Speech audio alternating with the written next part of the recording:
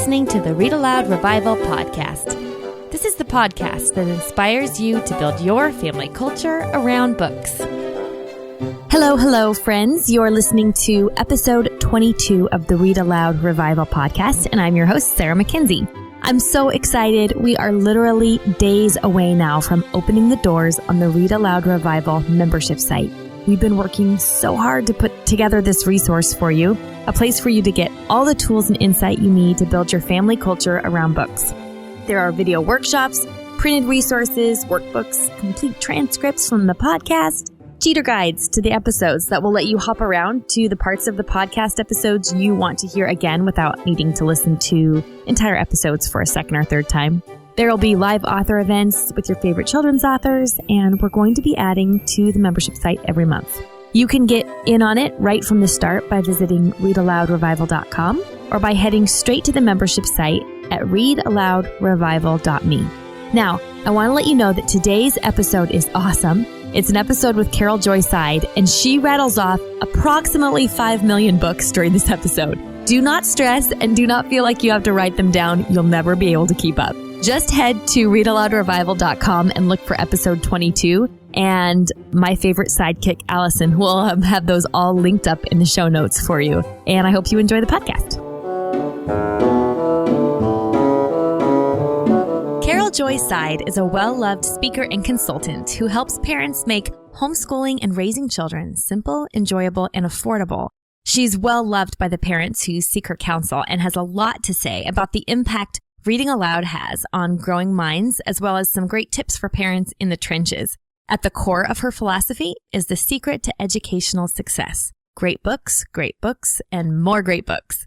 Today we're going to chat about some practical ideas for kids who don't love reading, the books she thinks are most important for parents to read with their kids, and how reading aloud can make a difference with adopted or special needs kids. We're going to cover a lot of ground today, so let's get right into it. I started the interview by asking Carole to tell us a little bit about herself and her family. I taught in Christian schools and did some graduate work in public and private schools. And I was driving down the street in Nashville, Tennessee, where we lived at the time. Our son was 2 years old. And I heard a radio broadcast on a new program, and they had this gentleman on who was in his, I would say probably 70s at the time. He seemed like he was Methuselah to me because I was so young. And Dr. Dobson was allowing people to call in live and talk to him. And through that program, I was exposed to the concept of keeping children home till they're like 9 years old and not teaching children to read till they're 7.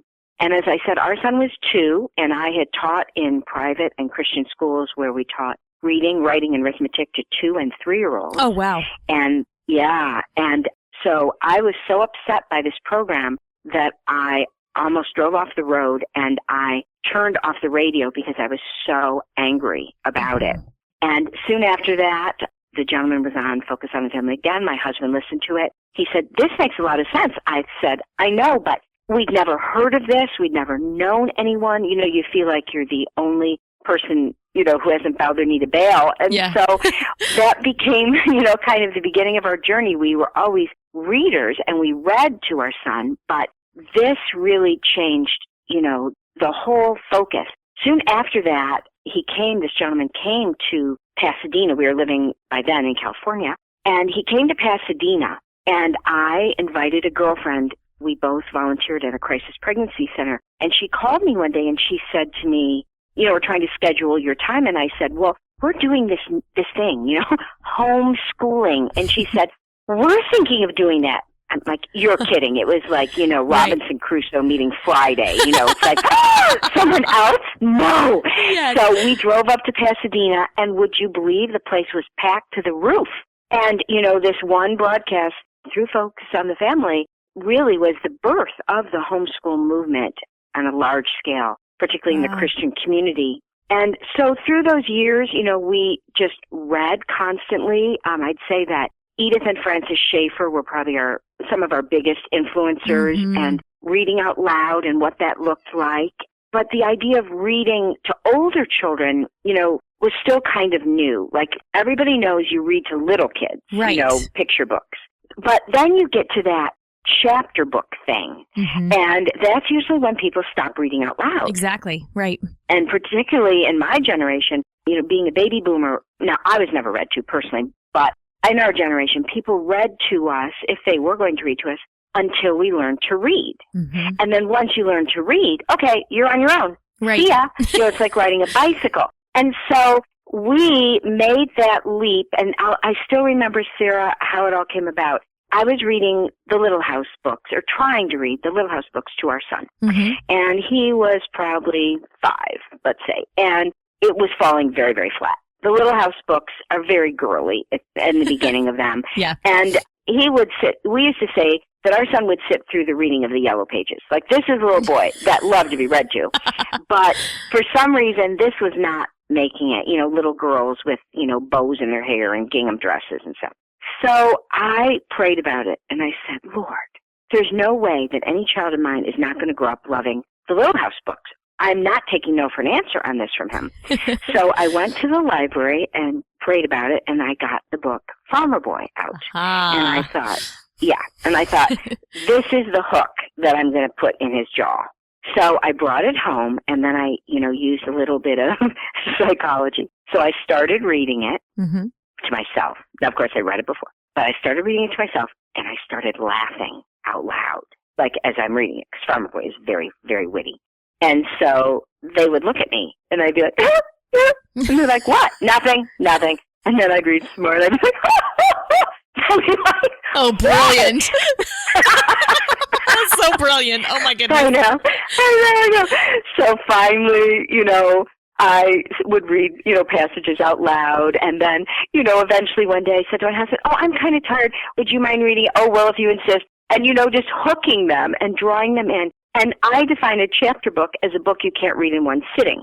And so that is the way that you have to kind of, you have to find a book that your kids are so excited about that will hold their attention so that they will even remember, what was going on in it, and they will be willing to wait till tomorrow and the next day and the next day. And even to put a little pressure on you, right? Because as a parent, I know when my kids say, aren't you going to read that today? Then, if I was thinking about skipping read aloud time, they'll keep me from doing that. You got it, Sarah, because the momentum goes. And a lot of times I recommend that families read series books, like the Little House books or the Narnia books or something when they're starting chapter books, because not only does the momentum go from chapter to chapter, but it goes from book to book. So, I can remember when we were reading Heidi, which of course is a onesie. We read it and we were so moved by it. We were sobbing, and so my husband would be reading to us at night and we would just be overcome. The Spirit of God was just moving through this book. But when you finish it, you kind of feel there's never going to be another book in our lives. Nothing could ever compete with Heidi. And so you hit the ground. It's like a sandbar. Whereas if it's a series, you finish the book, you love it, and immediately let's read the next one. Yes. And the next one, and the next one. And so then you get that habit going, which then will carry you through. This is what we do as a family. We read out loud at night. Daddy always reads to us. And when Daddy goes on business trips, he, now in our generation, for your generation, I should say, you guys can Skype with Daddy, yes, or you can, right. do whatever, FaceTime with him, and he can read to you. So that it becomes imprinted in the DNA of your family. This is what we do for entertainment. This is how we bond. This is how we connect. And of course, Mommy can read during the day, but Daddy has the anointing. And so, really drawing them into reading out loud, even if they read like robots, because the children are so excited to have that time with Dad that even if he's not as good a reader as Mom, it doesn't matter. Yeah. Because he has the anointing. So that's kind of our story, and that's now we have grandchildren, and so it's so fun now to see this next generation. And again, our little granddaughter the other day, she's 5 years old, and I was talking to her on the phone, and she said, and I try to send her books in the mail every week. Okay. And so, my goodness. Yeah, and I decorate the package differently every time and, mail it so she knows it's from me when it comes. So the other day we're talking on the phone, and she says, Grammy, now, I was wondering if you could please send me some books on history. I said, well, obviously, I do send you books on history. She said, well, I was thinking about, Joan of Arc. I'm really wanting some books on Joan of Arc. I'm like, she's 5 years old. I don't really know if Joan of Arc, is that appropriate, right?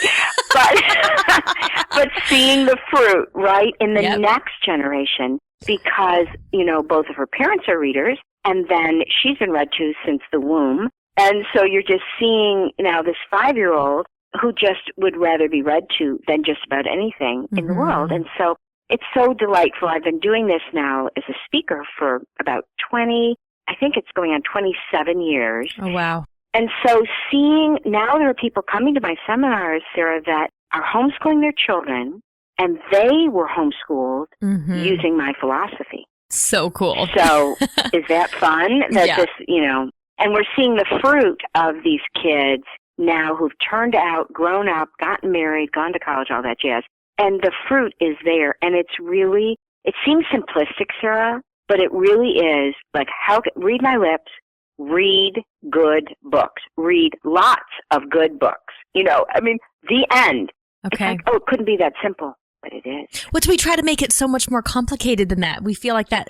Yeah.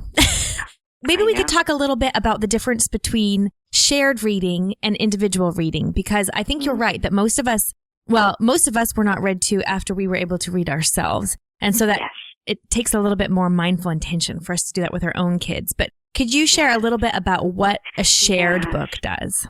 Well, in the intro, you mentioned that we're going to talk about special needs children and adoptive children. And this is a great question to tie in with that issue. Okay. I work with so many families who've done, adoption and the whole issue of attachment and how I can kind of jumpstart them in their attachment process. And I say to them, read to your children. Read to them by the hour. And when you're reading to them, if they're small enough to fit, and I mean small enough means that they don't break your legs, put them on your lap and rub their back, rub their neck, rub their arms. Make this the coziest, happiest time of the day so that you tell them, you guys have been so good today. I think we're going to read 2 chapters instead of 1. So you're sending them the message that reading is what we do for a reward. It's a privilege. It's never a right, and it's never a punishment. I love that. Yeah. And so the bonding, the connecting, and then, back to your question of shared reading versus individual reading. Shared reading is what bonds people together. So to use an analogy, let's say you were going to Europe this summer and you're going to, trek and you're going to have backpacks and wear army boots and you're going to eat bread and cheese and sleep in youth hostels and think of all the memories and all the shared experiences from that trip. And years later, even like, at your children's wedding rehearsal dinner, there's an open mic. And one of the kids is best man for the other kids, and he starts telling stories about, well, when we went on that backpacking trip through Europe, and da-da-da-da-da, and some guy threw up on my brother when we were sitting at this, or whatever. You know what I'm saying? Yeah. How those memories would bond you for the rest of your life. Yeah. Well, when you read out loud as a family, you don't leave your living room, but you're in Switzerland with Heidi, and you're in Africa with Patricia St. John, and you're, whatever, and you're experiencing and you're making friends that the whole family knows, and you're creating a shared vocabulary, and you know how to play poo sticks, and you know how to drive like Toad, and whatever.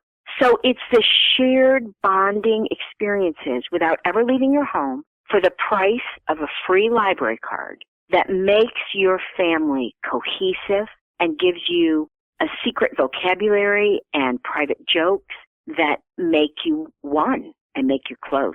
And with adoptive children and high-need children that are having a harder time attaching as a family, these are the ways where you cry together, you laugh together, you travel together on the pages of books, and it makes you one like the mortar between bricks.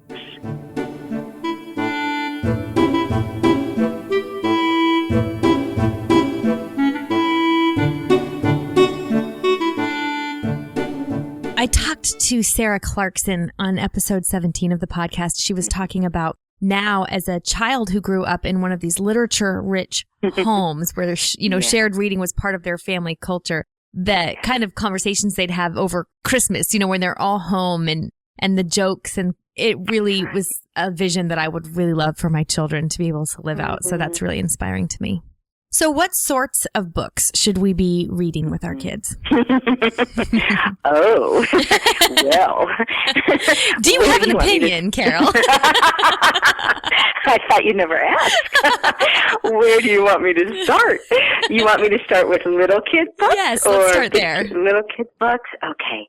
So for the very young, in my seminars, Sarah, I give handouts, and they have just been, as we're speaking, they are being absolutely beautifully designed by a designer, and they're being revised. And so I have them right here on our table because I'm going through them and I'm rethinking, what are the books we cannot let our children leave childhood without reading?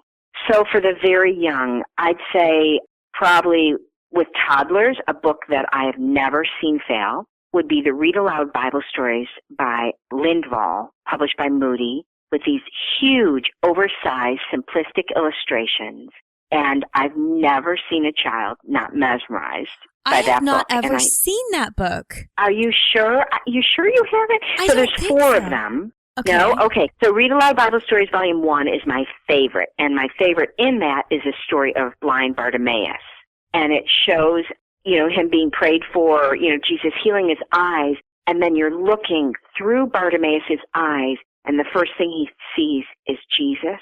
You haven't read that book? You know what? I just pulled it up. I've seen the covers. I don't have it, but I've never read them. But I recognize well, Run, them. Don't Walk. Okay, that is a must, and that's Volume 1 is my favorite. And then probably another book that I would just put on your, gotta have it or you'll die book list is Prayer for a Child by Rachel Field. Okay.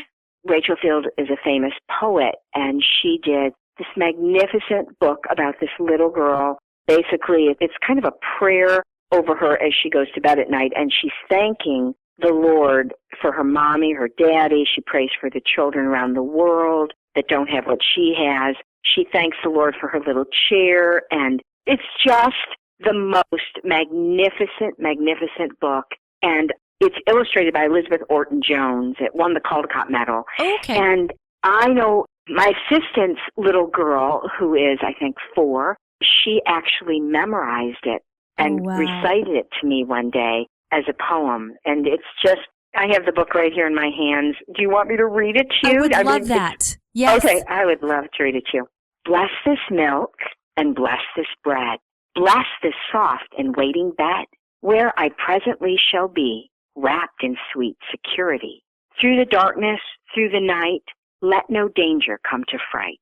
I sleep till morning once again, beckons at the window pane. Bless the toys whose shapes I know, the shoes that take me to and fro, up and down and everywhere. Bless my little painted chair. Bless the lamplight, bless the fire, bless the hands that never tire. In their loving care of me, bless my friends and family. Bless my father and my mother, and keep us close to one another. Bless other children far and near, and keep them safe and free from fear. So let me sleep and let me wake in peace and health for Jesus' sake. Amen. Oh, my 3-year-old would love that. Oh, my goodness. Uh-huh. And it's my favorite baby present. Like when you go to baby showers and everybody goes to Neiman Marcus and buys these ridiculous little tutus that go to, the Salvation Army 6 months later. When you give a book like this that will be read to that baby's grandchildren someday, I mean, that is a legacy. That's a present that will bear fruit. So that's a must. And then all the Mr. Small books by Lois Lenski, like Policeman Small and Cowboy Small and Papa Small. And then all the books by Marguerite D. Angeli as your children start to get a little bit older. But she also has a book for nursery and Mother Goose Rhymes. I didn't know that. Okay. Yeah, so most people know her other books like The Hannah, but she also has the nursery rhyme book. And then, of course, the Beatrix Potter books, of which there are 18. And make sure that you get them in child size, the original little green books that Beatrix Potter insisted on. And we have our son's Peter Rabbit that he teethed on and has little teeth marks on the cover. So each child needs their own set of those. And then things like A Carrot Seed and A Hole is to Dig, and just super simple books, but that are brilliant. And then Ezra Jack Keats books, like A Whistle for Willie. Oh, yes, A Snowy Day. I think we've read A Snowy Day about 49 times last week, probably. So good. Yes. And then the story about Ping by Marjorie Flack. And Mike Mulligan, and The Little House by Virginia Lee Burton, and Little Toot by Heidi Gramatke, and Umbrella is written by an author who I'm sure you're familiar with for another book, and that is book Crowboy, which is for slightly older children. Okay. And then as his kids get a little bit older, I would start reading them, well, of course, from nursing on, I would read them poetry by two people. One is A.A. Milne, and I would read them When We Were Very Young, and Now We Are Six. And then I would also read them Robert Louis Stevenson poetry from A Child's Garden of Verses. So I would read them poems like, Jonathan Joe had a mouth like an O, and a wheelbarrow full of surprises. Or I'd read them, I have a little shadow that goes in and out with me, and what can be the use of him is more than I can see. So even a 2 or 3-year-old will painlessly memorize those poems without ever knowing that they're even trying, you know. They're going to memorize McDonald's commercials. Exactly. I was going to say that. Robert Louis Stevenson. They might as well, yeah, exactly. Might as well fill their memories with beautiful things. Otherwise, they're just going to be, you know, reciting the Geico commercial. So Exactly, Sarah.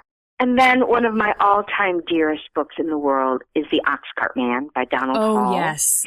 And that's illustrated by Barbara Cooney, who also wrote the beloved Miss Rumphius. Yes. So those books are a must. And then all of Robert McCloskey's books, like Might Make Way for Ducklings, Blueberries for Sale. And then Leo Politi is not as well-known an author outside of California, but he wrote books about inner-city children of different ethnicities, and probably his best-known book, simply because it won the Caldecott, is Song of the Swallows. But he wrote many beautiful books about Latino children in Los Angeles and Alvera Street, and he's like a national treasure. And then Brenton Turkle. I don't know if you're familiar with him. I'm not. Okay. Well, his books are set in New England, and he wrote about little Quaker children during the Puritan period, and his best-known book is Thy Friend Obadiah, about a little boy on Nantucket Island who's befriended by a seagull. And it's just a precious book. And then he wrote Rachel and Obadiah the Bold, and so he's written a bunch of books. And then an author that I love very much. For people who are interested, by the way, Sarah, we do a free e-newsletter every quarter. Okay. And I wrote an entire newsletter on this book. So if they go to our website, CaroleJoySeid.com, there's a sign up there for them to receive it for free. Oh, very good. I'll make sure there's a link in the show notes so they can find that easily. Great. Okay. So there is an issue in our archive, which is also on our website. You can access all the past newsletters. And so one of those newsletters was on Yuri Shulevitz. He's a Jewish artist and author, and he wrote a book called The Treasure, which I consider a life-changing book. It's a story of a peasant in Russia, and very often he goes to bed with not enough to eat. And he has a dream one night, and the dream is of him in the courtyard of the palace. And he digs in the courtyard of the palace, and he uncovers a treasure. And so he takes a loaf of bread, and he puts salt in his pocket, and he walks across Russia. And the illustrations are magnificent, and they're like old master illustrations. And he gets to the palace, and he's hanging outside there, and the guard notices him, and he says, "Old man, what are you here for?" And he says, "Well, I had this dream about this treasure here in the courtyard." And the guard said, "Oh, go home, old man." He said, "You know, I had a dream about this peasant named Isaac," which of course is his name. And the guard says, "And I dreamed that I went into his kitchen, and I dug in the hearth of his kitchen, and I found a treasure." He said, "Oh, go home, old man."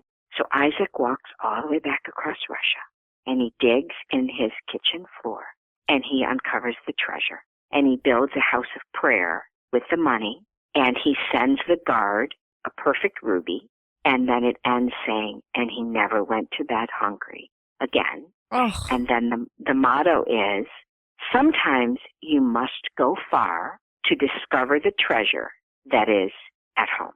Oh, my goodness. Oh, my that goodness. good? Yeah, that's great. I've never heard that one. I know. It's a wonderful. When our son was at Wheaton College, he was asked to speak at chapel, and he read that book to the Wheaton kids at chapel and told the story and related it to his experience leading wilderness trips for Wheaton College at Honey Rock.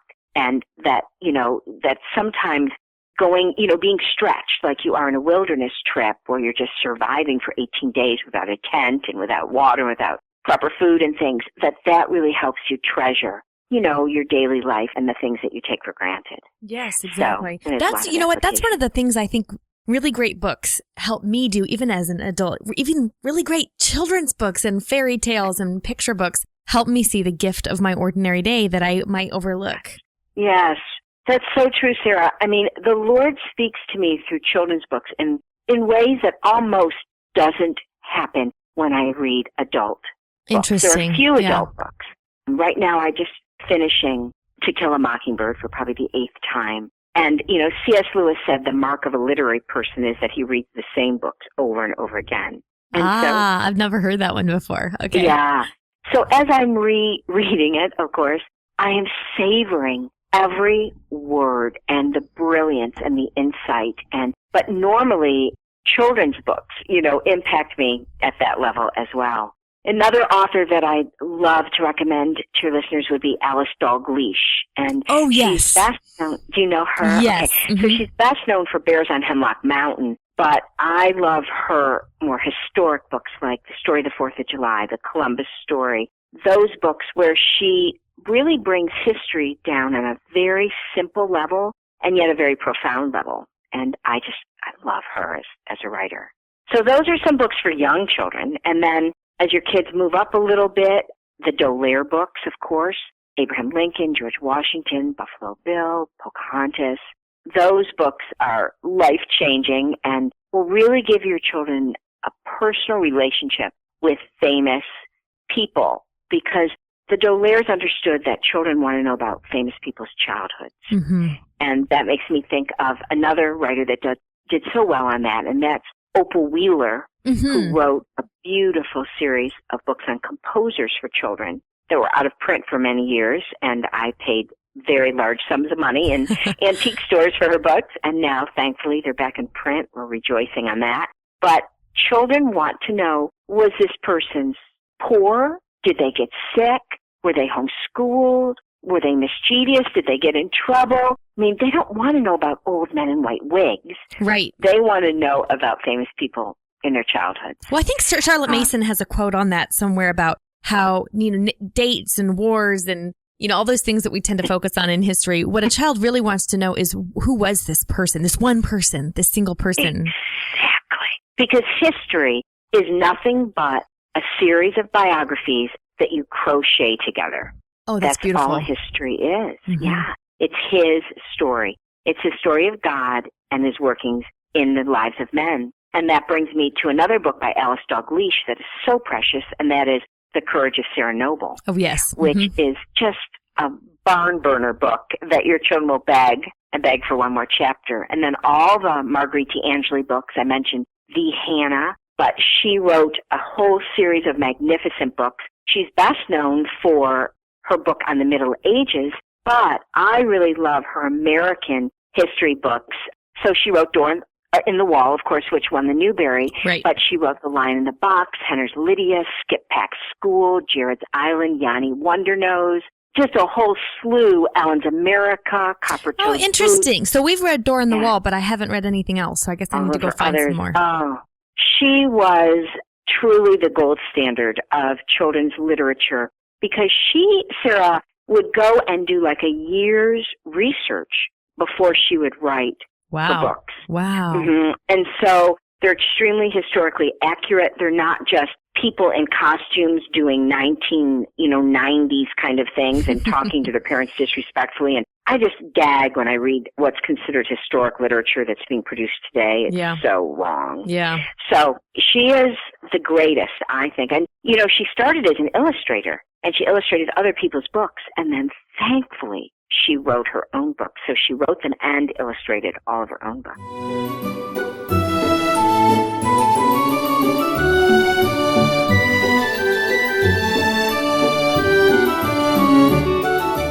Well, that actually brings me to another question I wanted to ask you about illustrations. So what's the role of illustrations, do you think? Why are those so important? Because a lot of the books you've mentioned have really beautiful illustrations. I see that as a running theme. You noticed that, did you? Yeah, I did. Wow. Illustration. Oh, where do I start? It is so important because there's nothing worse than reading a book that is poorly illustrated or a book that is poorly written. So never let anything pass before your children's eyes that is not excellent and beautiful and of good report. And I think as Christians, we should be the most creative of all people. And very often, we're the least creative. And we get away with mediocrity in the name of, well, it's Christian. But it should be just the opposite. So let's talk about some key illustrators that will really shape your children's idea of beauty and excellence. Probably the first person that comes to mind is an illustrator that I use a great deal on my website, and her name is Jessie Wilcox Smith. She never married. First I should start with the school that many of the people I'm going to tell you about attended. They were classmates of each other. So a man named Howard Pyle started an art school in Pennsylvania called the Brandywine School. Okay. And Howard Pyle is an author who is all over my lists as well because he was also an author. Robin Hood. Yes, right? exactly. Yes, okay. Absolutely. And yes, he wrote Otto of the Silver Hand and many, The Wonder Clock, and he wrote many medieval set books. But Howard Pyle was a brilliant illustrator in his own right and illustrated his own books, as I said. And so he started this school of illustration, and his most famous alum is Wyeth, N.C. Wyeth. So N.C. Wyeth is the father of Andrew Wyeth, and he's the grandfather of Jamie Wyeth. And he homeschooled his children and his grandchildren. And he actually had his children and grandchildren, he had all these beautiful costumes and props, and he would have them pose for him for all of his illustrations. So N.C. Wyeth did a series of books for Scribners in the 30s and 40s called The Boys Illustrated Classics. And he did Robin Hood and The Boys King Arthur and The Yearling and Robinson Crusoe. Oh, you know what? We have a couple of those. Do you? Yeah, we do. Well, okay, if the house is burning after the baby pictures, those are what to grab. Okay. They're very, very precious and they're very valuable. So at that school, N.C. Wyeth, and then also Jessie Wilcox Smith, and some of my most revered illustrations that she did were for George MacDonald's At the Back of the North Wind and for The Princess and the Goblin. Those books are very rare and very valuable if you can find them. But she also did the covers of Good Housekeeping for years and years. Oh, really? And she drew from family members, nieces, nephews, people like that. And her vision of childhood and mothering, if you're having a hard day, you just have to look at one of her illustrations and it will set you up for the day. Okay. She was amazing. And then he also taught Maxfield Parrish. So some of the great Elizabeth Shippen Green Elliott. So a whole school of great illustrators were taught by Howard Pyle. And then as the years wore on, I mentioned Marguerite Angeli. She's one of my most beloved illustrators. Robert McCloskey illustrated his own books. The D'Aulairs met in art school in Europe, and their books are actually illustrated using huge lithography stones that you draw on with a wax crayon, and then you ink it, and where the crayon has been, the ink sticks. It's a hugely expensive and complicated process. No one would ever do it today because we're too cheap. But all their books they illustrated, and they did them with lithography. Wow. Another illustrator that you just cannot let your children go through life without constant interaction with is Ernest Shepard. He's best known, of course, for illustrating the Winnie the Pooh books. Oh, okay, but he also, thankfully, illustrated Wind in the Willows. And many people have tried to illustrate Wind in the Willows, but he is the illustrator of Wind in the Willows. Ernest Shepard. Okay. Yes, Ernest Shepard, and he also did The Reluctant Dragon. Oh, yeah. So he was a wonderful illustrator. Another one is Arthur Rackham, an old English illustrator that I like very much. He's very creative. I mean, I could go on, but you get the drift here that excellence is what we're looking for our children and not to settle. for less. Well, I've noticed that if I do read a book to my child and the illustrations are lacking, my kids will ask not to see them because it's ruining the images in their mind, especially my 11-year-old daughter. She does not want to see ugly illustrations. She'd rather just see what she sees in her head. Just give her a kiss for me. That is so discerning and so wise and good for her because she's absolutely right. My imagination is far better than these horrible illustrations, Mom, is what she's saying. Yeah, that's good right. For her. That's right. Good for her. Another illustrator that comes to mind who's a must, of course, is Garth Williams. And he's best known for doing the Little House books, but he also did the Orphalines and many other books. And as you read, sometimes through literature, all of a sudden you go, oh, Garth Williams did these. Or another one is Edward Ardizzoni, who is our granddaughter's favorite illustrator. Edward Ardizzoni is known for, he was a British illustrator. He did a whole series of books that he wrote, but then he also did The Little Book Room by Eleanor Farjeon and did a beautiful job on that. But he did a series of his own books called the Tim books. So Tim and the Sea Captain, Tim and Ginger, Tim and Charlotte, and they're about a little British boy, and they're so politically incorrect that we just laugh out loud at them. And they're about a family who let their little boy go to sea. And he gets like shipwrecked and almost drowned and all these things. And he's working as a ship's boy, on the ships in Britain. And they're the most delightful books. You would love Edward Ardizzoni. I wish he were still alive today and still writing, but he illustrated a ton of books. Very good. Okay. So as you're rattling off all these books and everybody's scrambling to take notes and write them all down, I want to know I know you love talking about building a family library. And I would love to hear some of your advice for families who are trying to build their own home library when the budget is limited. Good question, Sarah. Well, first of all, budget doesn't have to be an issue. Discernment is really the issue. Okay. So I recommend that people take the list that I give them at my seminars or several books that I also put on the list for them. One of them is Honey for a Child's Heart. Oh, yes. And the other is Books Children Love. And that they take them with them, like keep them in your purse at all times.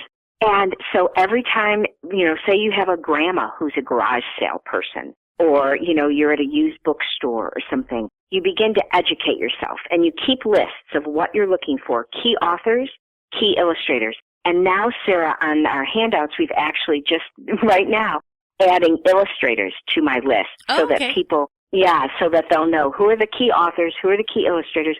And then when you go, you're looking for these people's books all the time. You're on a mission from God.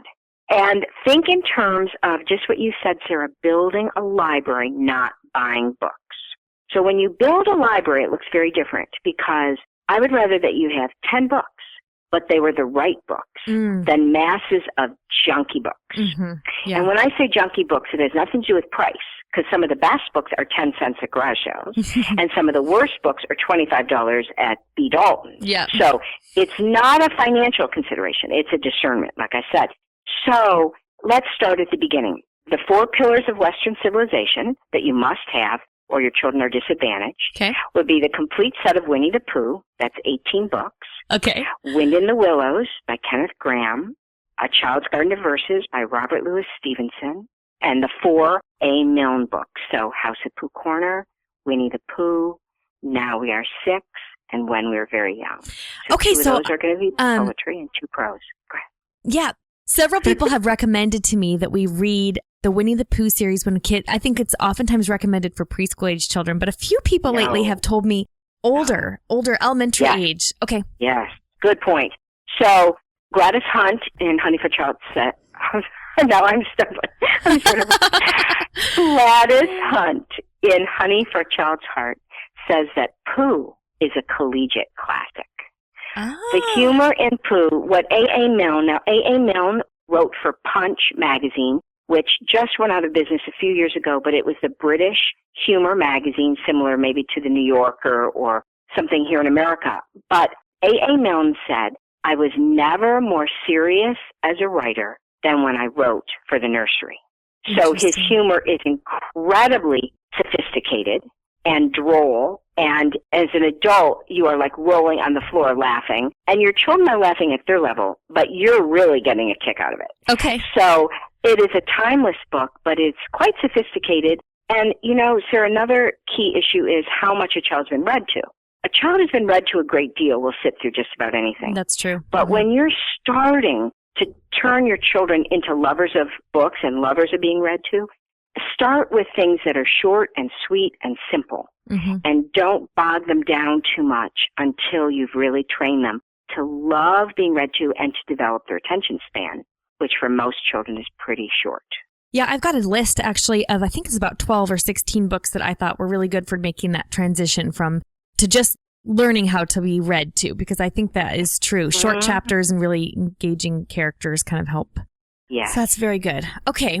So we're carefully building our library. And I love how you say it's something you develop taste for, because when I first was a parent, I remember going into the library with my 2-year-old. She probably wasn't even 2, come to think of it. And I remember being really overwhelmed. Like, I knew some of these books had to be better than others, but I had no idea of how to figure out which is which. But now, after years of reading book lists constantly, I have, I can see an author or a title, and even though I've never seen the book before, I know I've seen that one on several of my trusted book sources. So I can grab it. That's right.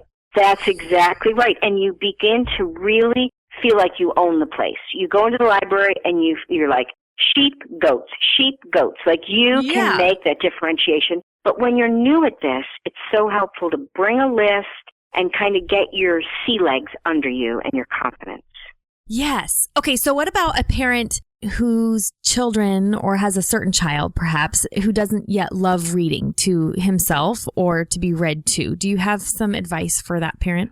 Well, one thing I'd probably do is read books that are funny. Okay. Because humor is the way to really hook a child who's bored or who has a very short attention span.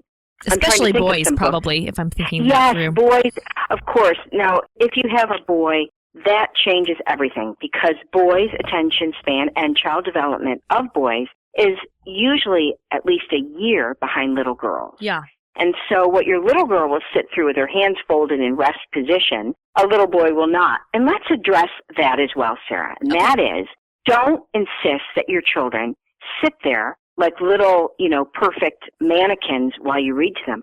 Some children need to do something with their hands. If they're kinesthetic learners, give them beeswax clay, or let them crochet or do needlework or play with Legos. Something quiet. I mean, not something that's going to be noisy, but they can, as long as they're listening, and I promise you they will be if you're reading the right books. If they're begging for one more chapter, they're listening. That's how you know. Yeah. So give them something to do with their hands. With little people, I have no problem with giving them food. Like, putting them in a high chair and giving them one little pea, then one little piece of cheese, then one little piece of bread, then one little piece of meat, and that way their fingers are busy, their mouth is working so they can't talk too much, but they're in a captive position. So very often when I work with families and I'm consulting, I work with families that have as many as 13 children, and they're like, of course, those families usually have figured this out before they ever talk to me, but families that are having, 2 or 3, at that point, they're like, what do we do with, little Susie who's a terrorist? And I'll say, well, put her in a high chair next to you. You read out loud. And while you're reading out loud to big kids, you're giving her little pieces of food to eat. And that way she's captive. She's not flushing herself down the toilet in the other room. You don't know where she is. I have 1.5-year-old twins, so I'm very much related to this. But what's funny is I keep thinking we can't read aloud during a mealtime because I'm running around the kitchen. But for some reason, it never occurred to me to sit in between the high chairs and just be doling out one piece at a time. So that's brilliant. Yeah. Yes, exactly. And then put them to bed when everybody else has lunch if you need to, so that you can eat, Yeah. But children need to do something with their hands. And very often people think that that is a lack of attention because they don't understand that a kinesthetic learner learns better when they're doing something. Some children learn better literally standing on their head. Yeah. As a matter of fact, there's research on children with Down syndrome and children with, kind of severe learning disabilities. And they have used trampolines and rebounders with those kids.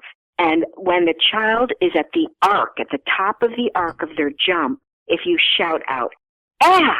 and hold up an A, for example, it imprints into the child's mind, like a Down syndrome child, because it's linked to a feeling of ecstasy that they're feeling. That is fascinating. So that's why don't ever make punishment, don't link punishment with being read to. It is never to be an unhappy time of the day. Right. Oh, this is so wonderful. Thank you so much for chatting with us. This is great. I can't wait to share it with our listeners. But could you tell us a little bit about where we can find you online and maybe about your consulting and seminars so our listeners can find you? Absolutely. So I speak nationally, and I've done some international seminars as well. So people can go to our website, Carole, with an E at the end, Carole Joy, and Seid is spelled S-E-I-D. They don't spell well in Germany.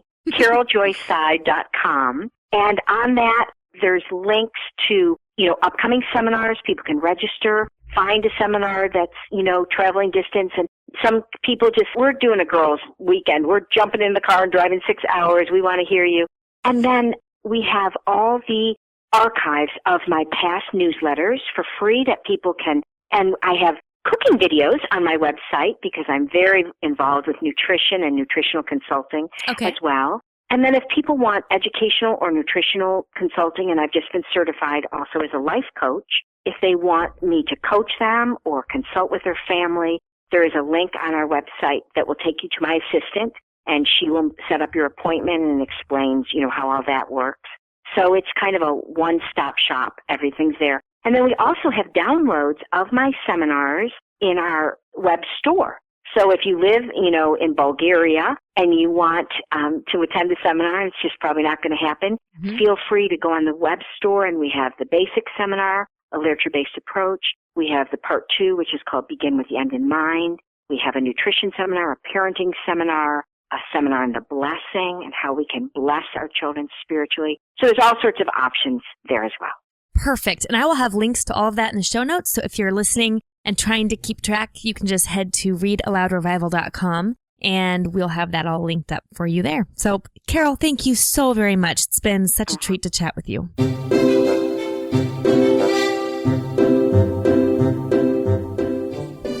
Now it's time for Let the Kids Speak.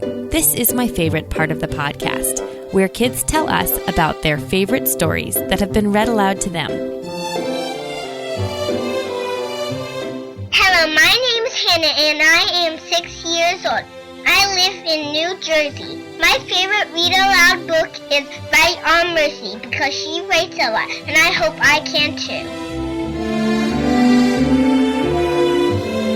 Hello, my name is Jillian. I'm 11 and I live in Roswell, Georgia. I recently read Amos Fortune, Free Man by Elizabeth Yates. It is a true story about an African king who gets sold into slavery. He frees himself by learning the tanning trade. My favorite character is his adopted daughter, Celindia, because she is a girl my age and I like learning about her life. Amos did a lot of kind and wonderful things, and I love when he begins to fight the freedom of other slaves. I wish I could have met him. Hello, my name is Susanna. I am 7 years old and I'm from Lansing, Michigan, and my favorite book is Emily's Runaway Imagination because she feeds rotten apples to the hogs and the hogs get drunk.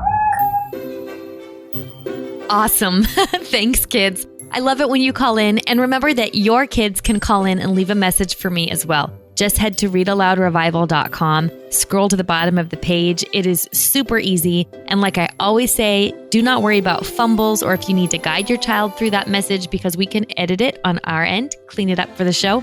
We really just want to hear about the stories that your kids are enjoying and that your family is enjoying together. So feel free to have your kids, as young or old as you'd like, leave messages for me at readaloudrevival.com. That's it for today. Until next time, go build your family culture around books.